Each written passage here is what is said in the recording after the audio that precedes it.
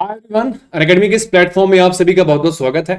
तो आज की इस क्लास में हम बात करेंगे फास्ट मैथ की, यानी कि मैथमेटिक्स के जो टॉपिक्स आते हैं एग्जाम में उनको जल्दी कैसे किया जा सके। तो उसके लिए हम आज चर्चा करेंगे उस पर टिप्स और टिप्स की।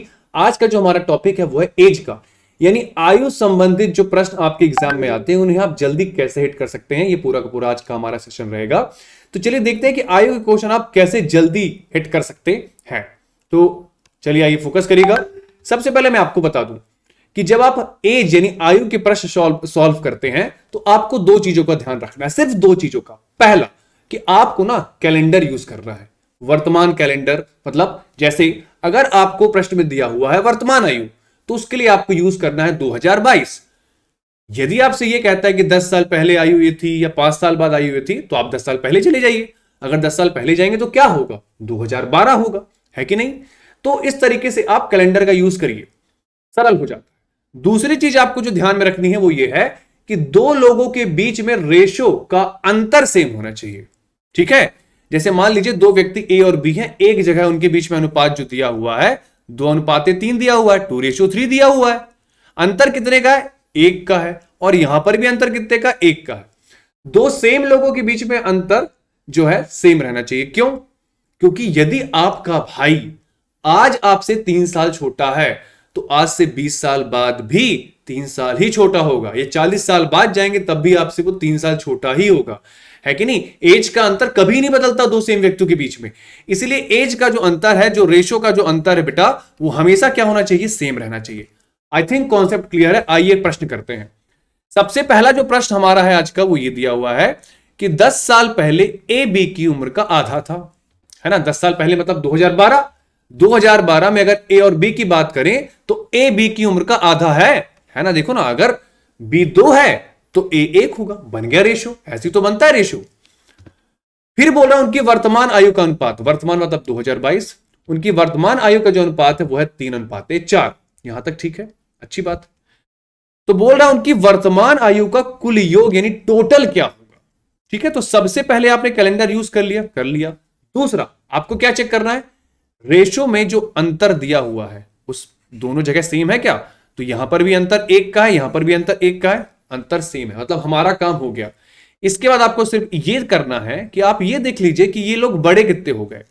यहां से यहां तक जाने में ए कितना बड़ा हो गया, 2 पॉइंट बड़ा हो गया। ओके, लेकिन अगर आप कैलेंडर के हिसाब से देखेंगे तो ए कितना बड़ा हो गया होगा, 10 साल।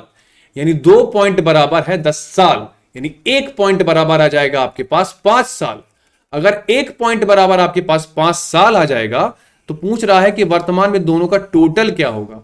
वर्तमान में दोनों का टोटल कितना होगा बेटा, 4 3 7 पॉइंट। 1 पॉइंट बराबर 5 है तो 7 पना हो जाएगा आपके पास 35। ठीक है, 35 साल आ गया। बी नंबर हमारा ऑप्शन है इजी। सिर्फ दो चीज ध्यान रखना, कैलेंडर यूज करना है, दूसरा डिफरेंस जो होना चाहिए वो सेम रहना चाहिए। इसी प्रकार एक क्वेश्चन और करते हैं।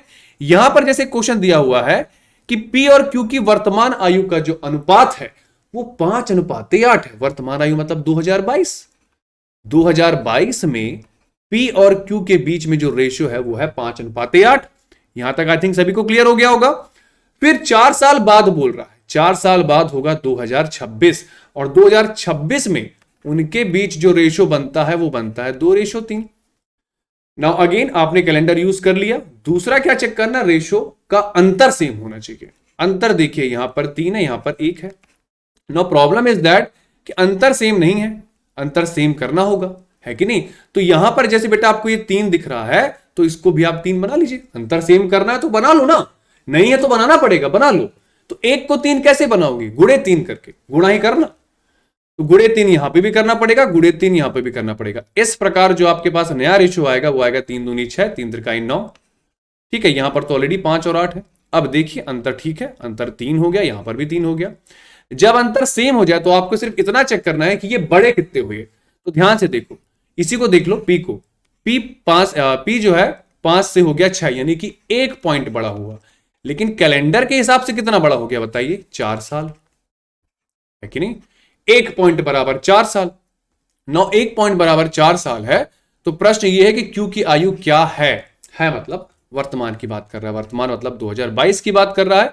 2022 में जो क्यू है आपका वो है 8 पॉइंट। तो 8 पॉइंट की वैल्यू निकाल दो यार, 8 इंटू 4 32 साल हो जाएगा। है इजी, है इजी। तो इस तरीके से आप अपने इस पूरे के पूरे चैप्टर को बहुत स्ट्रॉन्ग कर सकते हैं। याद रखिएगा ये मेथड बहुत काम आएगी आपको और लगभग क्वेश्चन में काम आएगी आपको।